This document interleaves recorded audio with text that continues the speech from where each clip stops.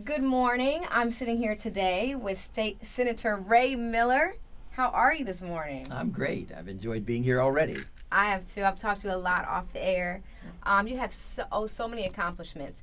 You spent 24 years in the Ohio General Assembly. What do you think? I know it's a long time. What do you think was your biggest accomplishment in 24 years? Well, first of all, I started as just a child. And I did come in very young initially as a legislative intern into the General Assembly, and then I became a member in 1981 when I was 30 years old. And I would say the thing that I am most proud of would be the creation of the Ohio Department of Alcohol and Drug Addiction Services. And oftentimes people will say, well, why did you do that? Well, many of the things that I've done come out of personal experience. So my father was an alcoholic, and then I had drug abuse within my family as well. I had a young brother who unfortunately got addicted to crack cocaine and was shot to death. Wow. And so initially people said, you can't do that. What makes you think you can create a whole state department?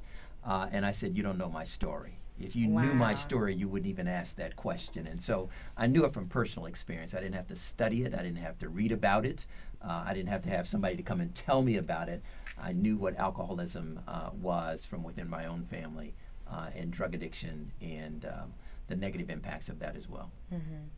So in the 24 years, did you accomplish what you'd hoped to accomplish? I think I accomplished what I had hoped and more, Like over what? the years. And there's so many things yet to do. Mm-hmm. The creation of the Ohio Commission on Minority Health.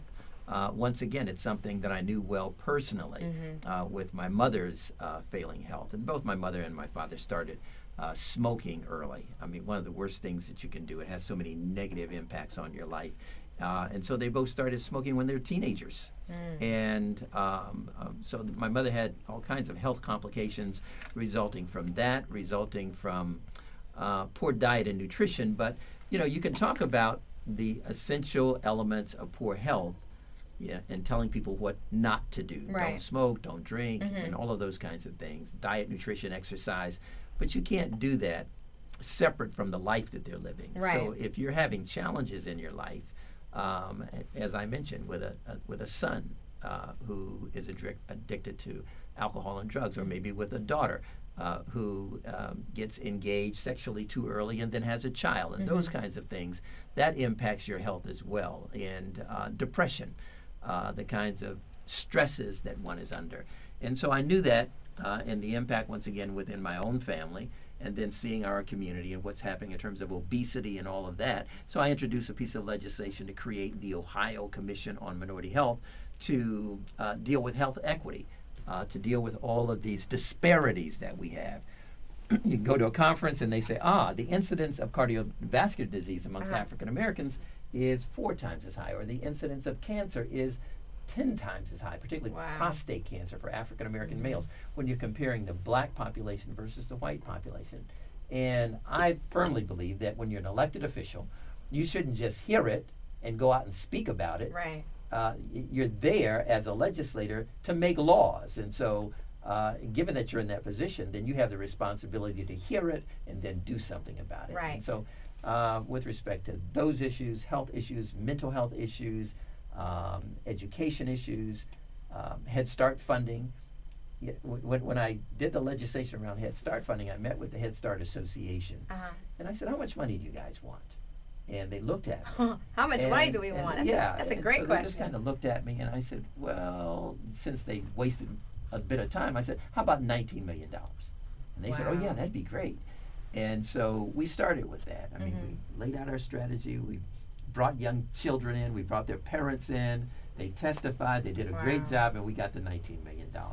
And then we moved it all the way up to $196 million. Wow. With the support of somebody that you mentioned earlier, George Voinovich, when he was the governor. So here you have me, Democrat, Ray Miller, and George Voinovich, Republican. Right. And we worked together to increase Head Start funding from zero to $196 million. And so it's those kinds of things that, I'm proud of those and the accomplishments, but there's so much more that needs to be done in our community. There's so many things that we don't have. And I think Columbus is great. I love Columbus. But we're too quick to get comfortable. I mean, we don't have a professional football team. We don't have a professional basketball team, Right. and that's just not entertainment. That's economic development, as you Yes. well know. We don't have African American owned car dealerships and those kinds of things, or even major media within the city of Columbus that we own.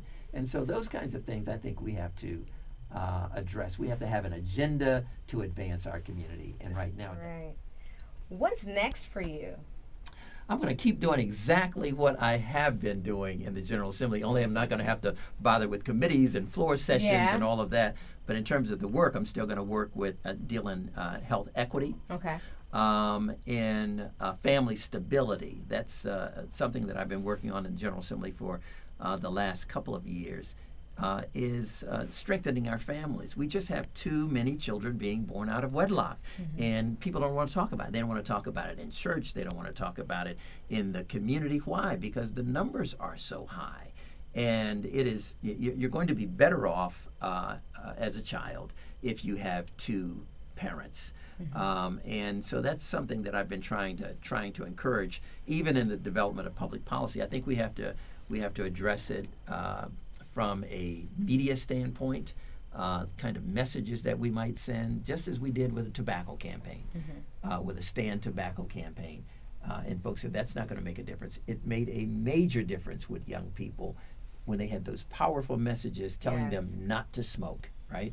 And I think if we can develop the same kind of messages around developing strong families, that's one of the things that I think we have to address there. And then policies around it, whether we're talking child support, domestic violence, I mean, all of those things that impact the stability of our families.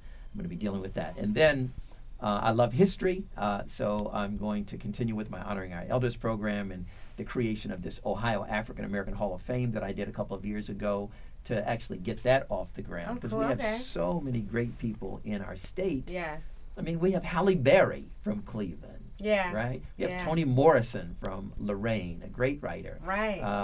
We have Kathleen Battle from down in Portsmouth and Nancy Wilson from Columbus and born in Chillicothe. We have all of these great people in the arts and athletics and sciences and so forth from our state, and they need to be in a Hall of Fame. Absolutely. We have 54 different Halls of Fame, from pork producers to polka dancers, right? But we do not have, and we did not have until I did it, an Ohio African American Hall of Fame. Another first for you. Yeah, I'm gonna try to elevate that and get the first class inducted into that and roll from there. So it's safe to say you won't be resting anytime soon. No. That wheel's just going to keep churning. See, the major difference is folks are going to have to pay me. Okay. You know, if you're interested in these issues in terms of public service, we'll go to our new state senator, Charlita Tavares, right? But if you really want to deal with them, you have to pay me. In the name of Jesus. You have to pay me, and then we will move from there. I love it. So, Thursday, there will be a beautiful event held in your honor, a retirement party, a retirement event at the Lincoln Theater this Thursday. The reception starts at 5 o'clock. The program starts at 6. Yes. I think this event sounds wonderful. What do people? What's in store for them? The program is free. I mean, I really wanted to have something that that everybody could come to. Okay. And it's the Lincoln Theater. Beautiful where I theater. got my first real kiss, by the way. And so, I grew up there's a story. 169 North 18th Street, just a couple of blocks away from the Lincoln. And so I want, those in the community to come. I want, those that I went to Champion Junior High and East High School with to be there. And so it's free. And then the reception is a $50 event. And boy, that's really, really selling out. I mean, it's going to be a wonderful event. I can see that already. Sounds like it. But we will have Columbus State Community College's gospel choir. Oh, wow. We will have Quan Howell, who is just an awesome singer, there. And Elder Lamar Scales, Pastor Lamar Scales will be performing. And then we have a number of dignitaries from the mayor and congressmen from Cleveland and leaders within the government and leaders in the community and my family to present as well. And so